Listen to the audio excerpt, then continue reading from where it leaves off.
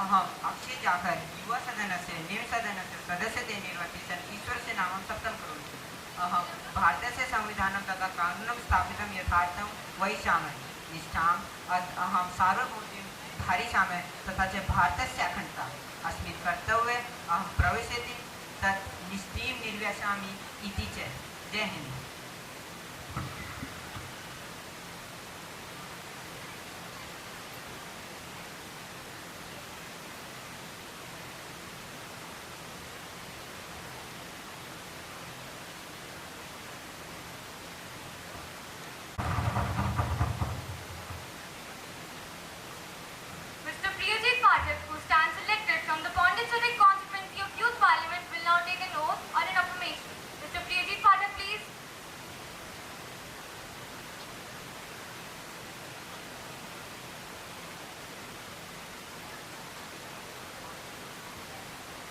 Sir, do you want to take an oath or an affirmation? Oath, please. In which language would you like to take the oath? In Tamil.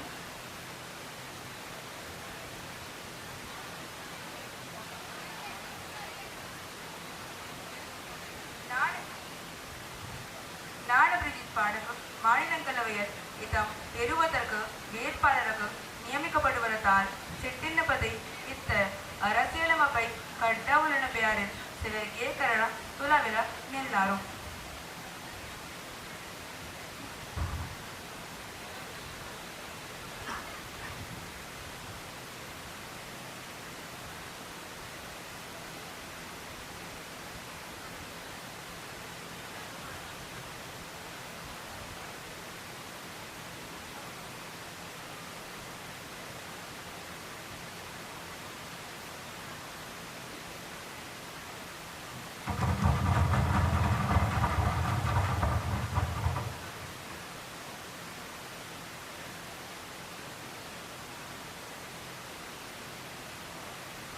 माननीय सदस्यगण, आज एक लंबी अवधि के बाद हम सब पुनः सदन में एकत्रित हुए हैं।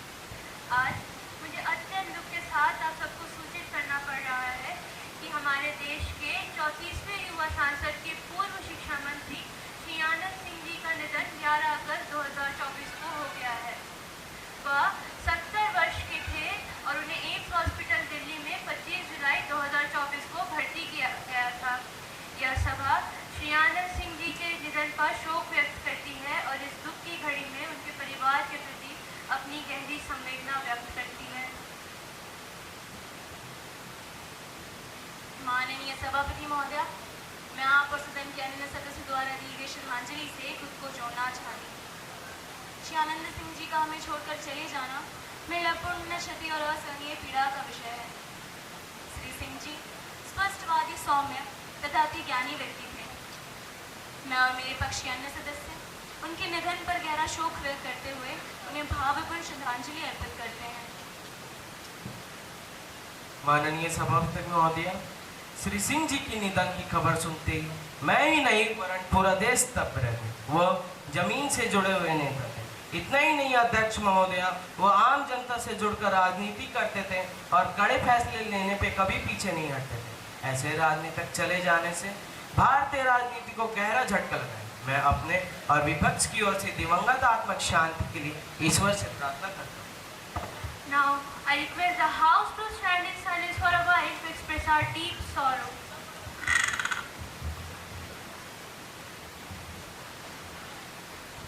Om Shanti. Secretary General may convey the message of condolence to the bereaved family. Yes, madam. Now, Honorable Prime Minister will introduce the new ministers to the House. Honorable Prime Minister, please. अध्यक्ष महोदया, मैं नई मंत्रियों का आपसे और सदन से परिचय कराना चाहूंगी। श्री विवेक कुमार, जल शक्ति मंत्री। सुश्री ऋचा वर्मा, ग्रामीण विकास मंत्री।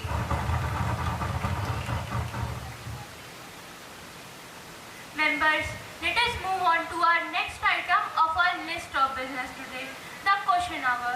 Question number 101, Ms. Bhani Vishwakarma, please. प्रश्न संख्या 101। अध्यक्ष महोदया, क्या खेल मंत्री यह बताने का कष्ट करेंगे कि कब पारंपरिक खेलों को बढ़ावा देने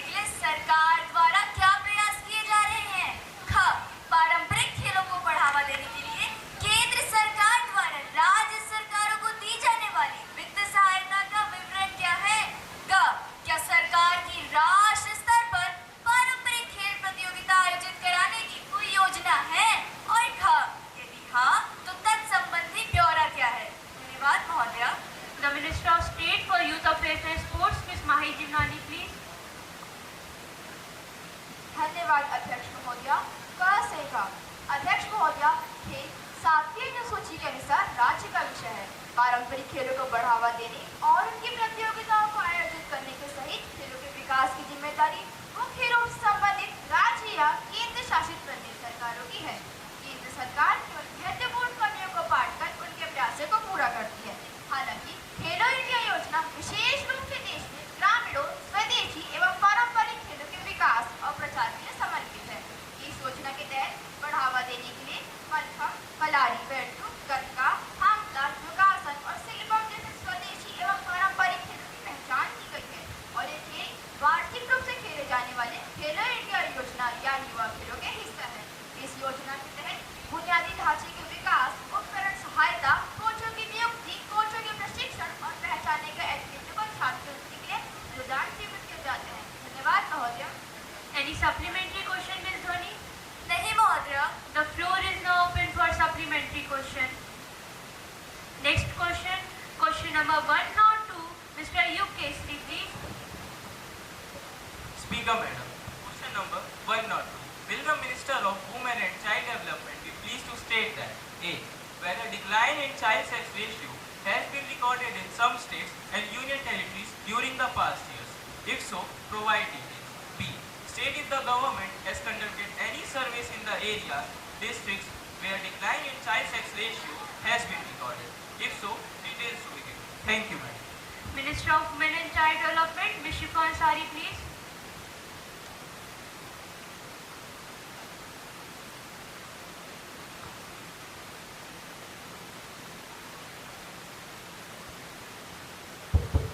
Honorable Speaker Madam, A.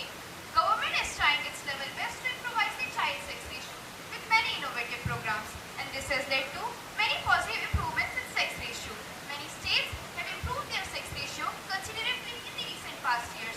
However, few states and union territories like Andaman and Nicobar Island, Bihar, Lakshadweep, Mizoram, Odisha, Tripura, Dadar and Nagar Haveli are yet to improve the ratio. B. The last census was conducted in the year 2011. As per the latest available report, the improving trend of 15 points at national level from 980,014 to 933,022 have been observed. Thank you, Madam. Any supplementary question, Mr. Ayub Kesri? No, Madam. The floor is now open for supplementary question. Yes, Mr. Pranode, please. Honorable Speaker Madam, will the Minister be pleased to state that whether the government has issued necessary guidance to the state which is not shown any improvement in sex ratio, and if so, the details thereof. Thank you, Madam. Minister of Women and Child Development, please.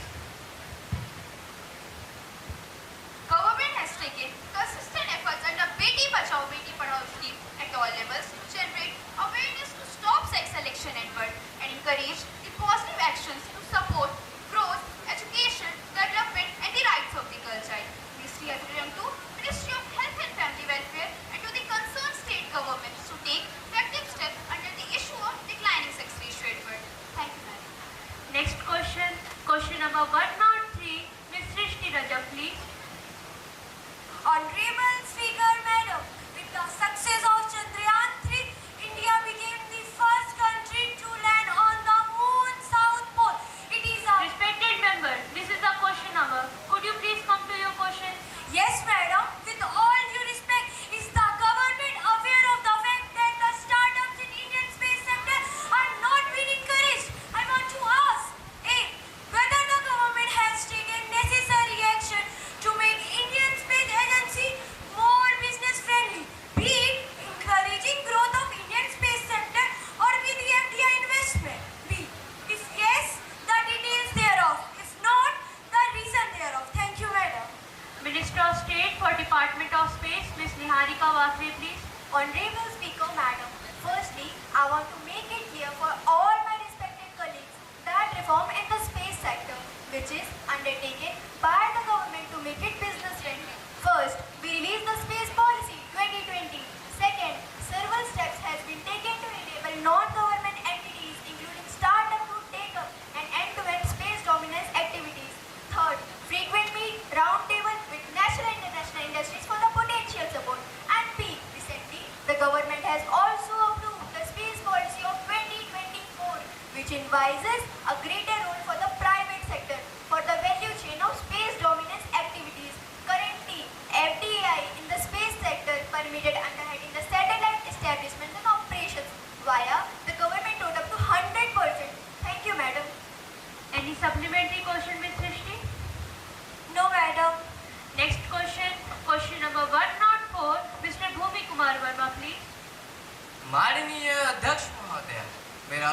प्रश्न शिक्षा मंत्री जी से है।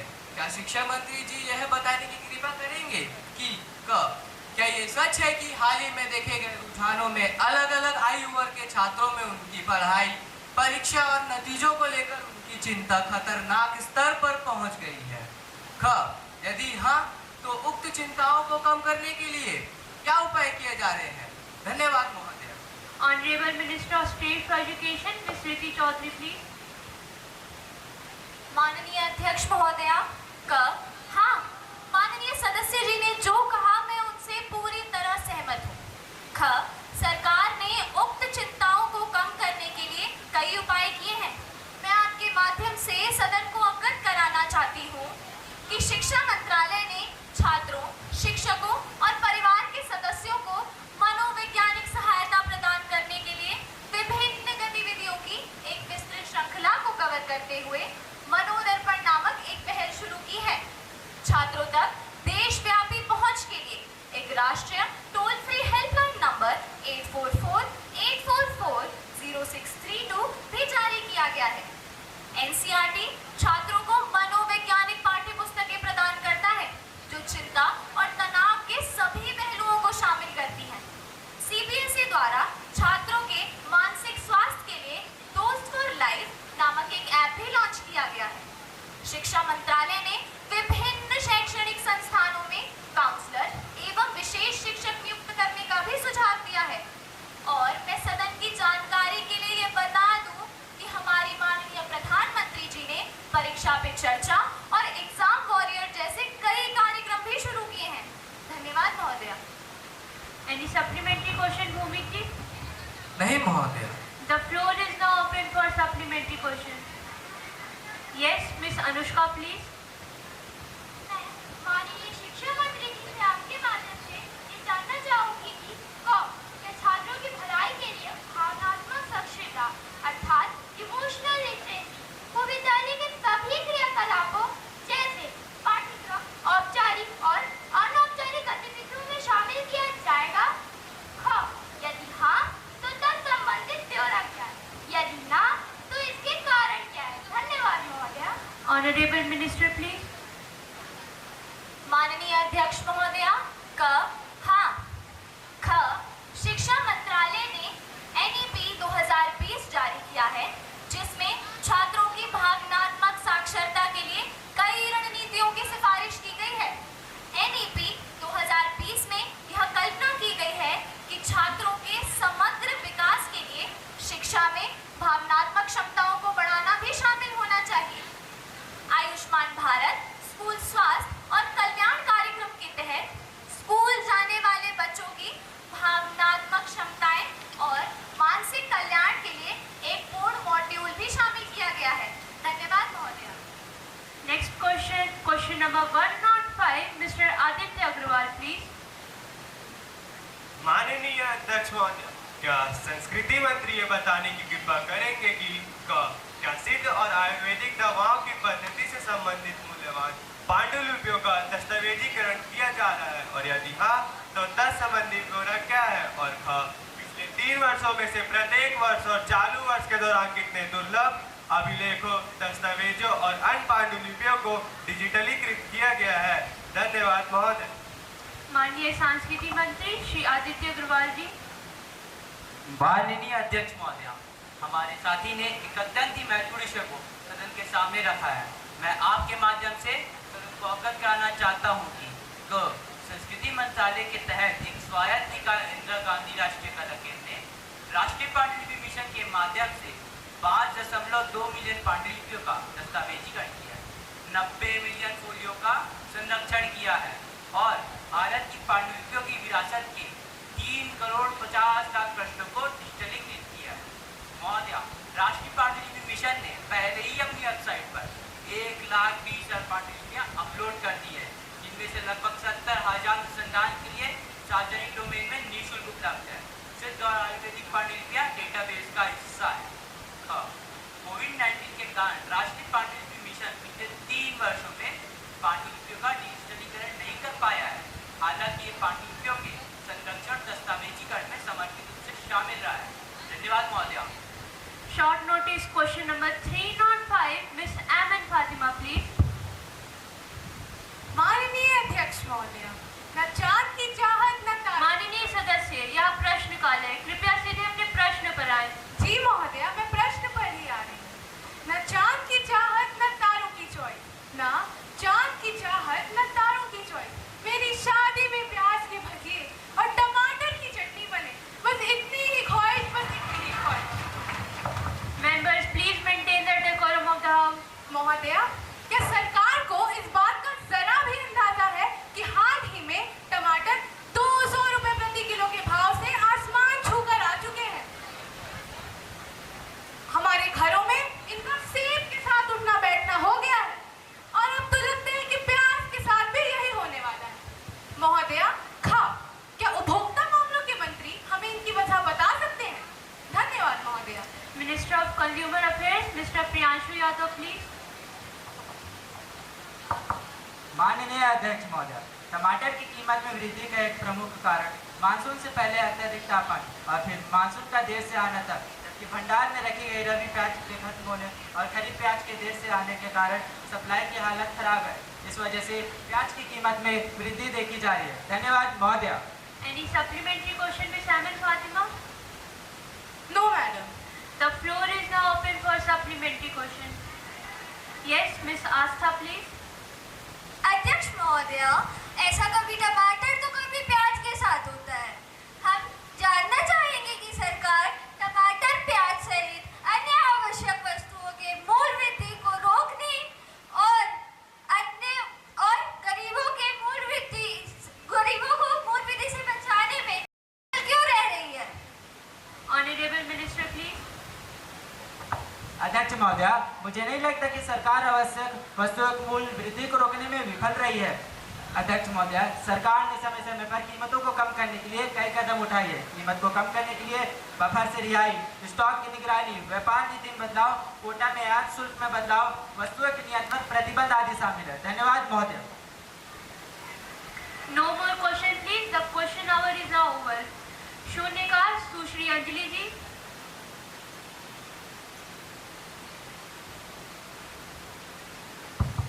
माननीय अध्यक्ष महोदय, मेरे लोकसभा क्षेत्र कोरबा के अंतर्गत मनेंद्रगढ़ रेलवे स्टेशन लगभग 50 किलोमीटर के दायरे को तथा लगभग 50,000 की आबादी को सेवा प्रदान करता है। कोरोना महामारी के दौरान यहाँ से होकर गुजरने वाली अनेक लोकल ट्रेनों का परिचालन बंद हो गया।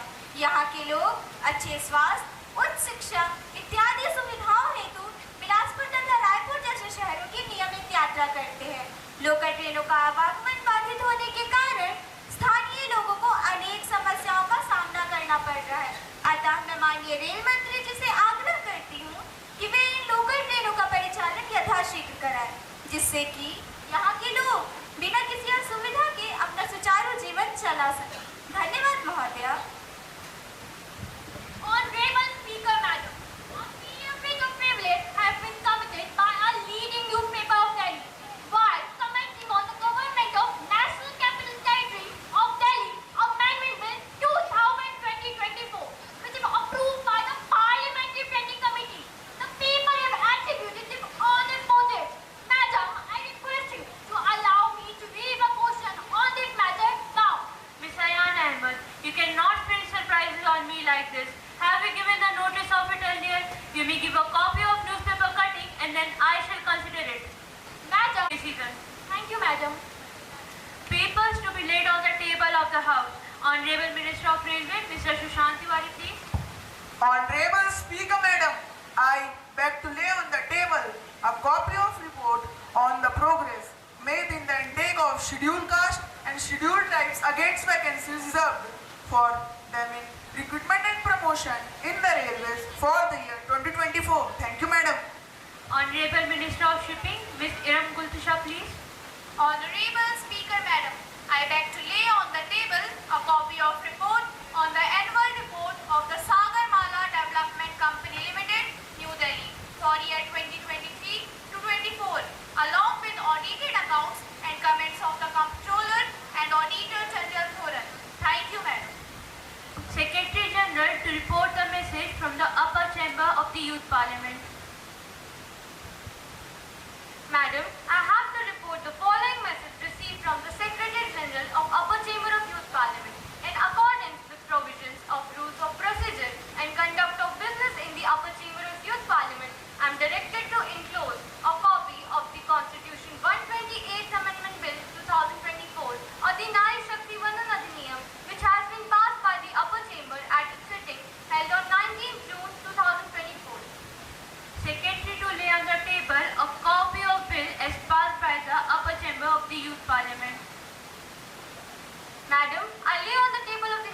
Constitution 128th Amendment Bill 2024, which has been passed by the upper chamber of Youth Parliament.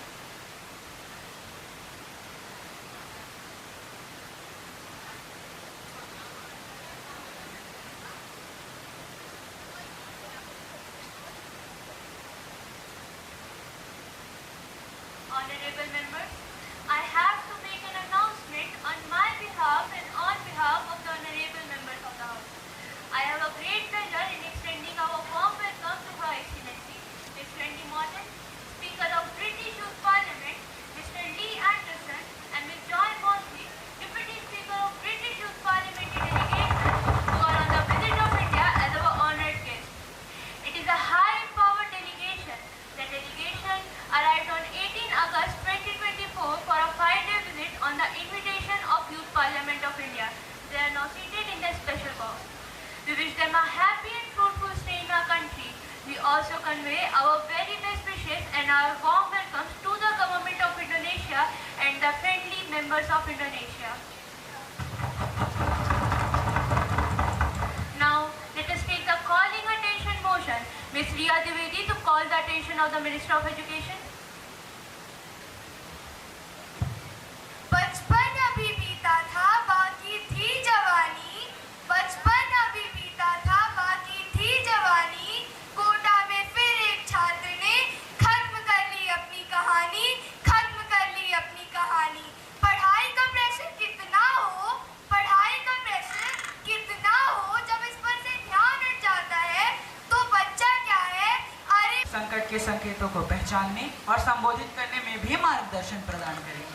मैं कोचिंग सेंटरों, शैक्षणिक संस्थानों, अभिभावकों सहित सभी हितधारकों से आग्रह करता हूं कि वह एक ऐसे माहौल को बढ़ावा दें जहां मानसिक स्वास्थ्य के मुद्दों के लिए मदद मांगने को कलंकित नहीं बल्कि प्रोत्साहित किया जाए। महोदया, इसके अलावा कोचिंग संस्थान प्रत्येक बुधवार को आधे दिन पढ़ाई और आधे दिन मौज मस्ती करेंगे और आने वाले अगले 2 दिनों तक कोई नियमित परीक्षा भी नहीं लेंगे। कोटा में आत्महत्या का मुद्दा एक समाज के रूप में हमारी सामूहिक जिम्मेदारी की गंभीर याद दिलाता है। हमारी सरकार इस चुनौती से निपटने के लिए पूरी तरह प्रतिबद्ध है। इस प्रतिष्ठित सदन के समर्थन और हमारे नागरिकों के समर्पण के साथ हम एक ऐसा वातावरण बनाने का प्रयास करेंगे जहां कोई भी युवा जीवन इतना बोझिल महसूस ना करे कि वह आशा खो दे। धन्यवाद महोदय। Ms. Riddhima Singh wants to bring adjournment motion. Ms. Riddhima Singh, please ask for leave of the House. Honorable Speaker Madam, Nowadays, the investigating agencies of the country get and arrest a huge number of citizens in the name of tax-related issues. The acts of the agencies seem politically motivated and deserve immediate discussion in the House. Hence, I beg for leave to move the adjournment motion. Thank you, Madam. those who are in favor will stand up. Members, please be seated. Since less than 1/10 member are in favor, hence honorable member does not have the leave of the House to move her adjournment motion. The adjournment motion is wrong. Now we'll take up discussion under Rule 193. Ms. Rishita Rai, please. माननीय अध्यक्ष महोदया, पिछले कुछ महीनों में देश के विभिन्न हिस्सों, विशेषकर उत्तर पूर्वी राज्यों में महिलाओं के विरुद्ध कुछ गंभीर अपराध की खबरें सामने आ रही हैं। दिन के उजाले में अत्याचार किया जा रहा है।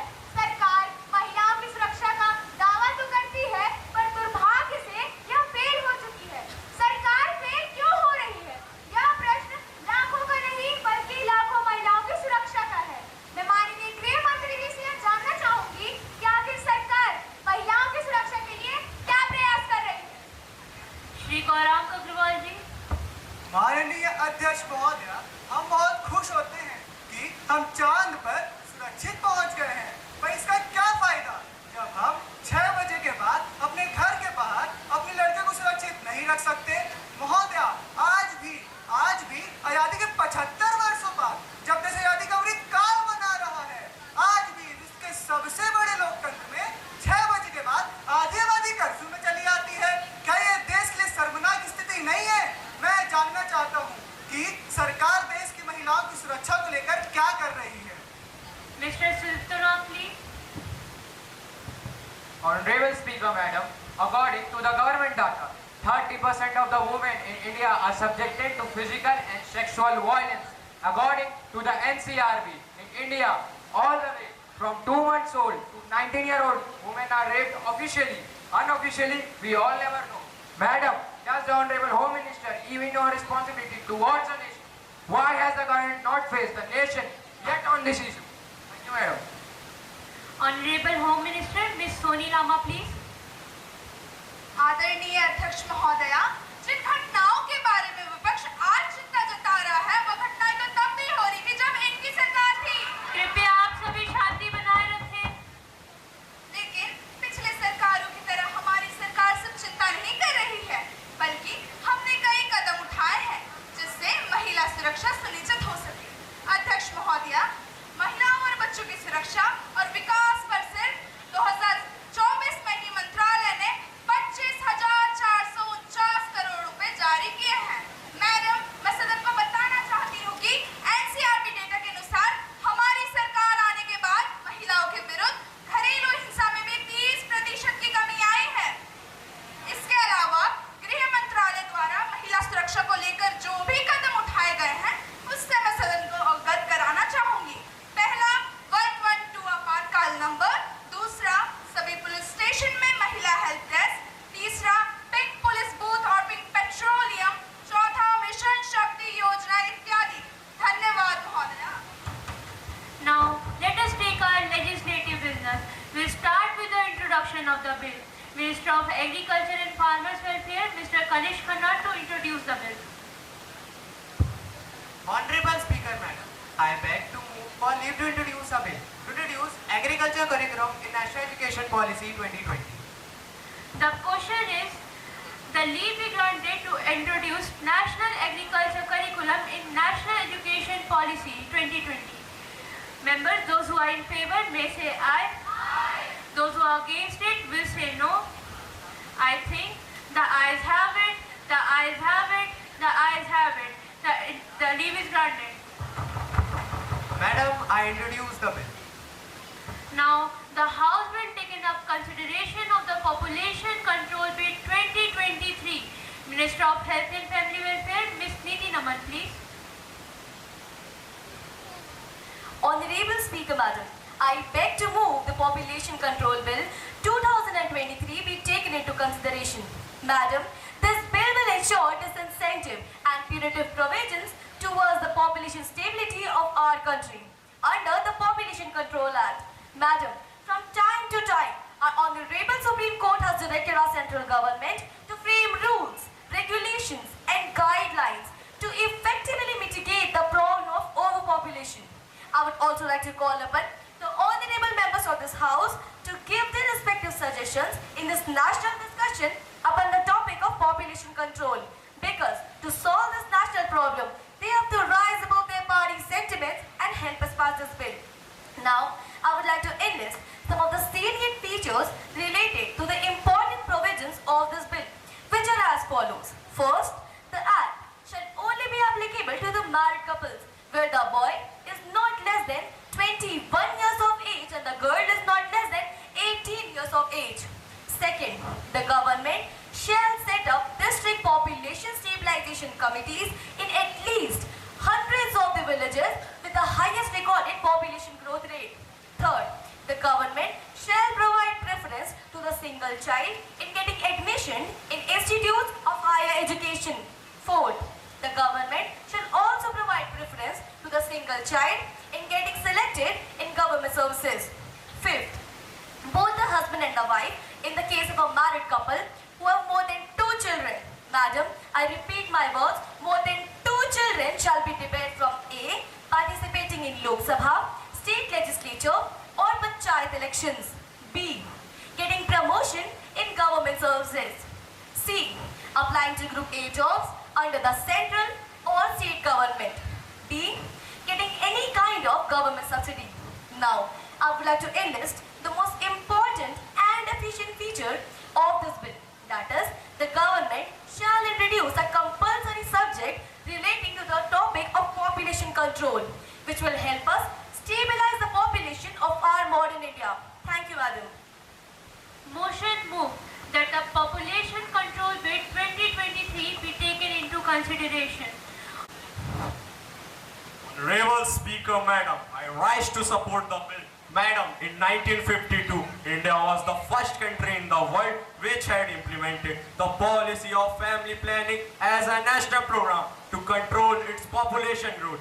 Main reason to implement this program was to enhance the growth of the national economy and to control other challenges like malnutrition, child death rate, illiteracy, unemployment, etc. But even in 2023, maximum poor of the world live in India, and even India ranked down among the developing countries in terms of child death rate, maternal death rate, malnutrition, etc. As per the latest report of United Nations, India has the highest population in the world in last 100 years, where the world population growth rate show 3 times increase. Indian population growth rate show 6-fold increase. This indicated the first failure of family policy. Madam, if today the population control bill is not passed, so we shall feel shameful to present in our upcoming generation. Now I would like to wind up my speech with 2 lines that appropriate the situation. बिना सोचे समझे इस कदर जो तुम लोग जनसंख्या को बढ़ाओगे कि बिना सोचे समझे इस कदर जो तुम लोग जनसंख्या को बढ़ाओगे एक दिन बिना भोजन और पानी के मर जाओगे. Thank you, madam. Miss Alisha Singh, what is your opinion on this bill?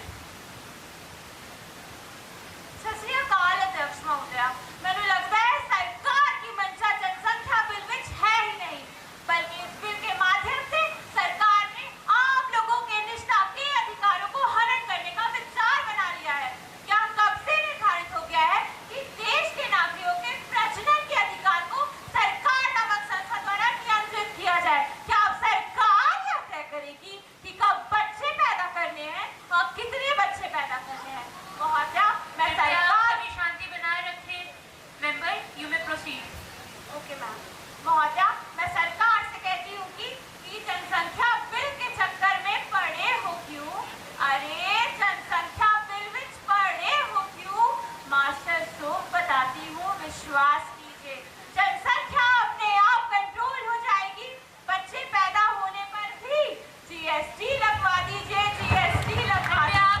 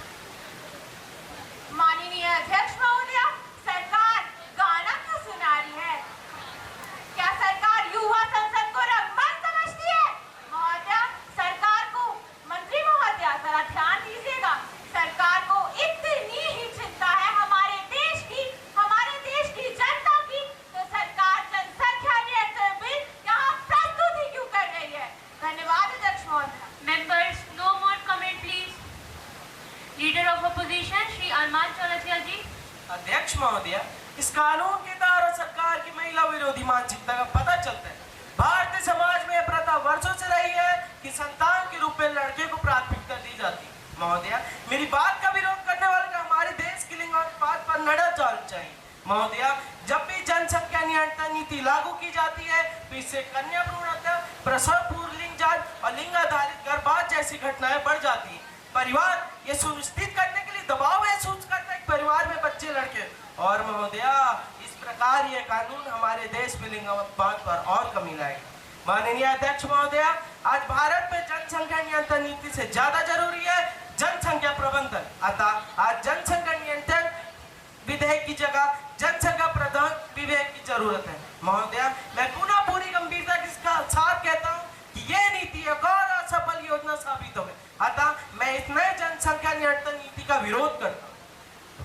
माननीय प्रधानमंत्री जी। माननीय अध्यक्ष महोदय, मैं जनसंख्या नियंत्रण विधेयक 2023 का पुरजोर समर्थन करती हूँ। मैडम, यह हर देशवासी का सपना है कि वह अपने देश का नाम विकसित देशों की सूची में देखे, लेकिन तेजी से बढ़ती जनसंख्या हमारे सामने एक बड़ी बाधा के रूप में खड़ी है। महोदय, जनसंख्या स्थिरता के लाभों को गिनने के लिए हमें बहुत दूर जाने की आवश्यकता नहीं है। हमारा अपना पड़ोसी देश चीन इस तरह का सबसे अच्छा उदाहरण है, जिसने जनसंख्या नियंत्रण उपायों को प्रभावी ढंग से अपनाया और कुछ दशकों में ही वह स्तर पर पहुंच गया है जहां वह न केवल जनसंख्या वृद्धि पर रोक लगाने में सफल रहा, बल्कि नियमित समय पर वह स्थिति प्राप्त कर ली है जहां वह विकसित देशों के साथ खड़ा है। जब भी कोई विश्व राष्ट्रीय संगठन भुखमरी, भ्रष्टाचार और मानव विकास से संबंधित सूचकांक जारी करता है तो उसमें हम तमाम कोशिशों के बाद भी खुद को शर्मनाक स्थिति में पाते हैं। मेरा मानना यह है कि हमारे समाज में पूरी समस्या अज्ञानता और जनसंख्या नियंत्रण के लाभों के बारे में जागरूकता की कमी के कारण है। हम विशेष रूप से ऐसे लोगों की सोच बदलना चाहते हैं जो सोचते हैं कि अधिक बच्चे पैदा करवे अधिक कमाई वाले हाथ जोड़ रहे हैं। उन्हें समझना चाहिए कि अधिक बच्चों का अर्थ उचित रोजगार के बिना अधिक लोग हैं। राष्ट्र के रूप में हम अपने समाज के सभी वर्गों की स्थिति में सुधार करने के लिए प्रतिबद्ध हैं, ताकि हमारे समाज का सबसे गरीब सदस्य भी विकास में योगदान दे सके। और अंत में मैं चंद पंक्तियों से अपनी बात को समाप्त करना चाहूंगी। जनसंख्या वृद्धि का ग्राफ बढ़ता जा रहा है कि जनसंख्या वृद्धि का ग्राफ बढ़ता जा रहा है और इंसान अकेलेपन में घुसता जा रहा है। माँ बाप के 4 बेटे एक से बढ़कर एक, लेकिन फिर भी बुढ़ापा लाचारी में कटता जा रहा है, लाचारी में कटता जा रहा है। धन्यवाद महोदय। Minister of health and family welfare, miss नीति नमन, please. Honorable Madam, I am grateful to all the respective members who have rendered their esteemed support to this bill. I am also grateful to all the respective members who have given their constructive criticism on it. The areas of concern raised by the honorable members of the opposition have already been thought and attended to. Now I expect full cooperation from all the members of this house to help us pass this bill. The question before the house is that the population control bill 2023 be taken into consideration. Those who are in favor may say aye. Those who are against it will say no. I think the ayes have it. The ayes have it. The ayes have it. The motion is adopted. Clause by clause consideration. Now the question is that clause 2 to 6 stand part of the bill, but there is an amendment in clause 5 by Ms. Alisha. Are you moving it? No, madam. The question is that clause 2 to 6 stand part of the bill. Those who are in favor may say aye. Those who are against it will say no. I think the ayes have it. The ayes have it. The ayes have it. The motion is adopted. Clause 2 to 6 stand part of the bill. Then clause 1. The applicability stands part of the bill. Those who are in favor may say aye. Those who are against it will say no. The motion is adopted. Minister of Health and Family Welfare, please. Madam, I move the bill to be passed. Motion moved that the bill be passed. may say aye. Those who are against it will say no. I think the ayes have it, the ayes have it, the ayes have it. The bill is passed. Now, the House will take in a private member resolution. Ms. Ayushi Singh, please. Madam Speaker, I move the following resolution. This House recommends that the government should take steps to promote sports and games and develop sports infrastructure in the schools and also make provisions to create secure career opportunities for sports persons. महोदया, हमारे देश में cricket, hockey और football जैसे खेलों पर तो ध्यान दिया जा रहा है, लेकिन इंडिविजुअल स्पोर्ट्स पर सही से ध्यान केंद्रित नहीं किया जा रहा। आज भी माता पिता पढ़ोगे लिखोगे तो बनोगे नवाब और खेलोगे कूदोगे तो होगे खराब के विचार को सही मानते हैं। महोदया, आज भी हम 140 करोड़ की आबादी के बावजूद किसी एक ओलंपिक्स में 10 पदक भी नहीं ला सके हैं। आज तक हमारे देश ने कुल 35 मेडल जीते हैं, जिसमें से 12 तो सिर्फ हॉकी से ही आए हैं। महोदया, अंतर्राष्ट्रीय स्तर पर पदक तालिका में ऊपर आने का सपना तब तक पूरा होना मुश्किल है जब तक कि स्कूल में खेलकूद पर उतना ही ध्यान न दिया जाए जितना पढ़ाई पर दिया जाता है। Honorable Speaker Madam, I move the resolution for the reason that there is no such law which directly focus and promotes sports at school level. I wish one day being a sports person will become as equally acceptable as being a doctor or engineer for Indian society. India will win podium finishes in Olympics too. Minister of Youth Affairs and Sports, Mr. Akshay Verma, please. Madam Speaker, I would like to congratulate the mover of resolution who spoke for focusing on the matter of public importance. Madam, the government had already taken several initiatives like Fit India Movement, Khelo India, Target Olympics Podium Scheme, Mission Olympics 2024, Rajiv Gandhi Khel Abhiyan, and many more to promote sports and games and development of infrastructure. Madam, the government is very much aware about lack of infrastructure and attitudinal problem in school system and parents. The government is making sure that major efforts are made in fields of sports and games. NEP 2020, I repeat, NEP 2020 takes care of holistic development of children by including sports and games.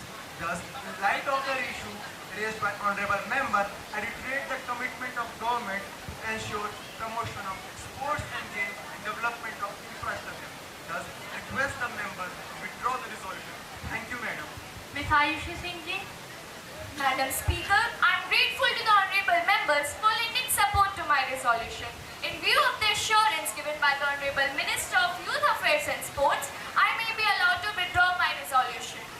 Has the honourable member leave of the House to withdraw her resolution? The resolution by leave of the House is withdrawn. Now, the House is adjourned to meet again tomorrow at 11 a.m.